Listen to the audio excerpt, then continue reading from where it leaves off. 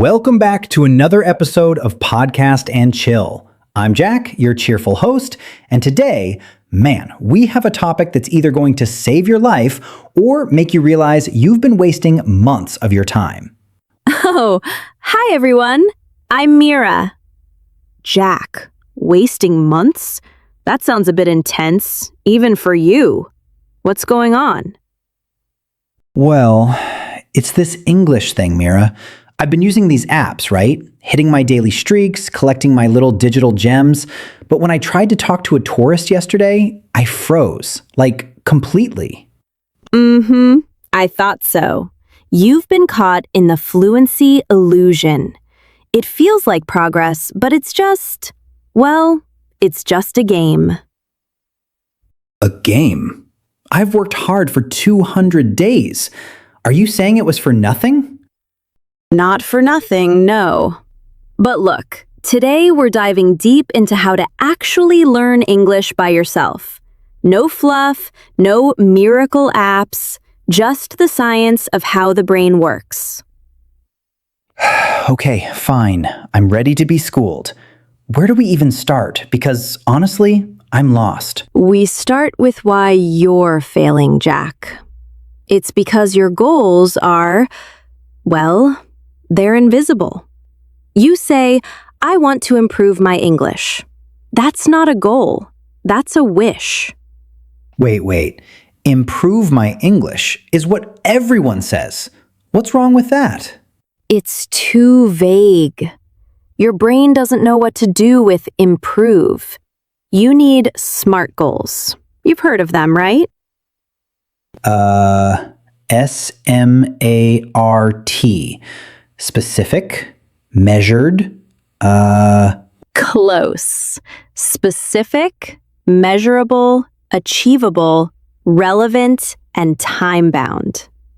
Instead of saying, I want to be better, you should say, I will learn and use 10 new words about business every day for the next month. See the difference? Yeah. I guess that makes it feel more like a mission and less like a giant mountain I can't climb. Exactly. And you have to separate your long-term vision from your short-term steps. Your long-term goal might be becoming fluent for work, but your short-term goal for this week? It should be understand one 5-minute podcast without subtitles. One 5-minute podcast? That sounds kind of small, doesn't it? I want to watch whole movies. Jack, that's exactly why you quit after 2 weeks. You try to run a marathon before you can walk. If you celebrate the small wins, the micro goals, you stay motivated. If you only look at the finish line, you'll burn out. Okay, point taken. Goals are set. Smart ones. Now, what about the stuff? The resources?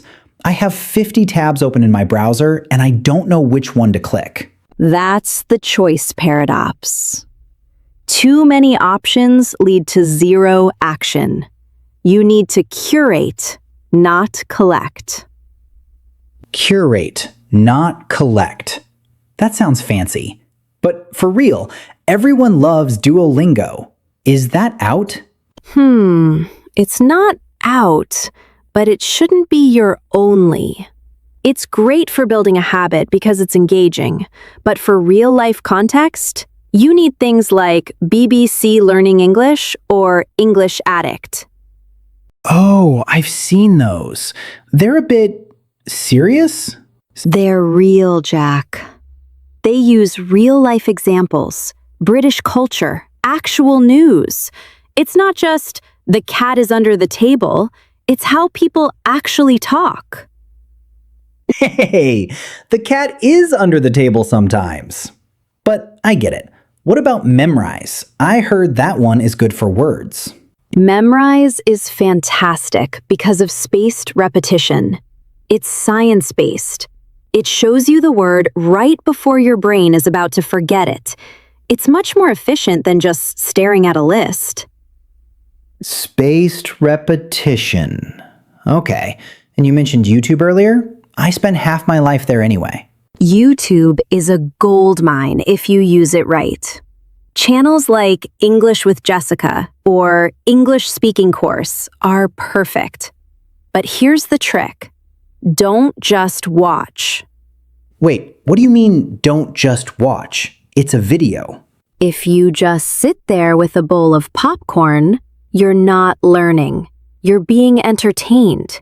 You need to use transcripts. Read along. Pause. Repeat. I usually just have it on in the background while I'm cooking. Is that bad? It's not bad for exposure, but it's not study. You're confusing the two. Man, you're really calling me out today, Mira. Fine. So, I need better resources and a better way to use them. But how do I stay consistent? I'm great for 3 days, then, well, life happens. That's where the study schedule comes in. And no, I don't mean a 3-hour block on Saturdays. Thank God, because I don't have 3 hours on Saturdays.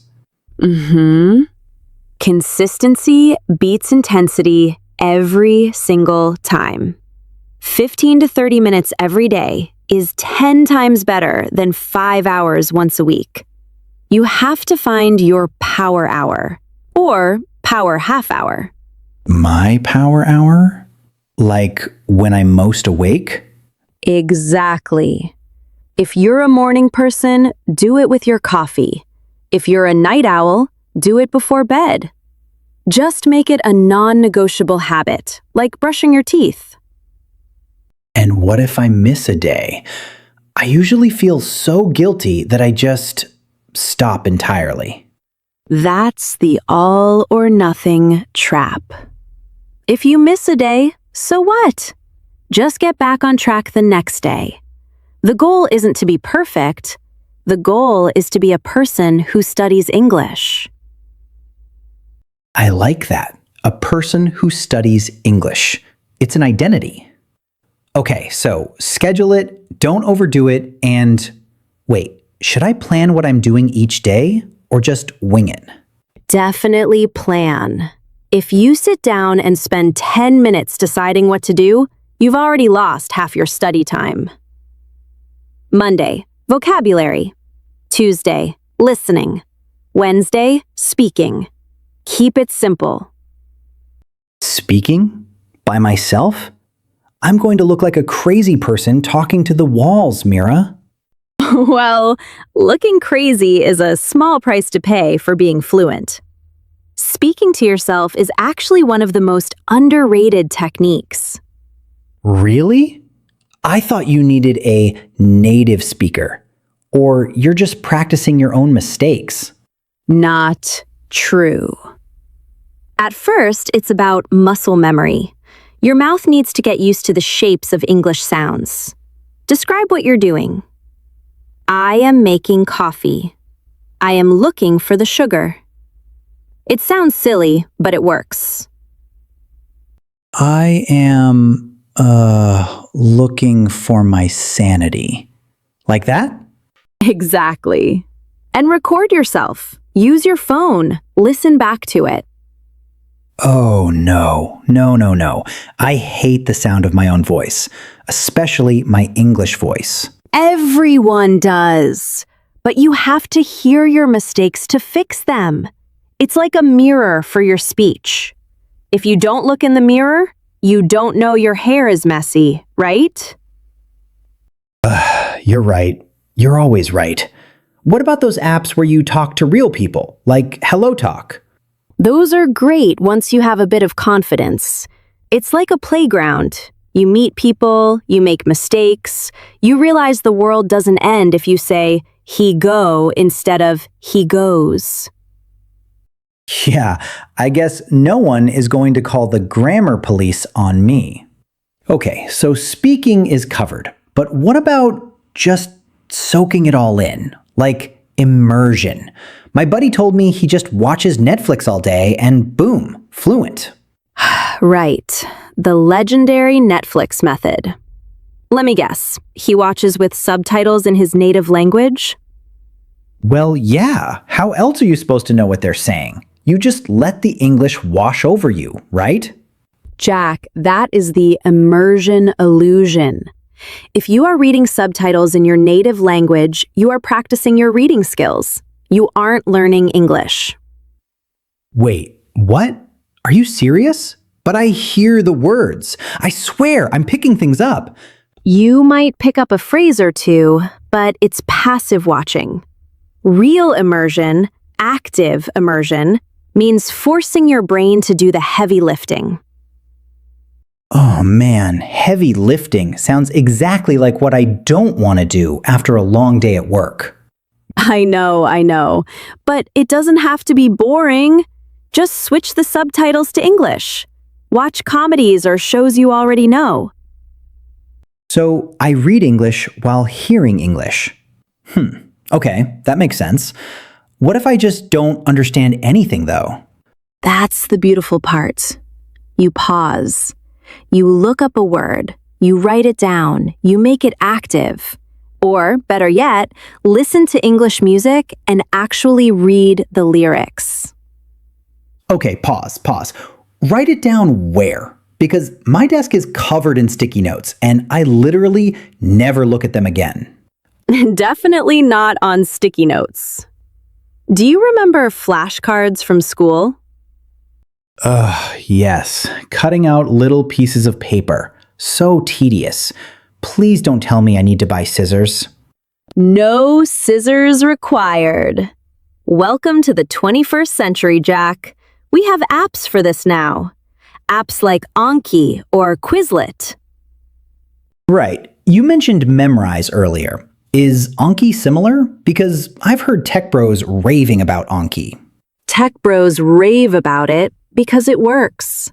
It uses that SRS we talked about, spaced repetition system. It's like a personal trainer for your memory. A personal trainer. Okay. So how does it actually know when I'm about to forget a word? Does it read my mind? Not quite. It uses an algorithm. If you get a card right, it waits longer to show it to you again. If you struggle, it shows it to you tomorrow. It spaces out the reviews perfectly. Huh. So instead of reviewing the word apple 50 times when I already know it, it forces me to focus on, I don't know, ubiquitous? Exactly. It's hyper efficient. You can even download decks that other people have made. You don't even have to make your own. Okay, I can get behind that. Efficiency is my middle name. Well, actually, it's Thomas, but you get the point.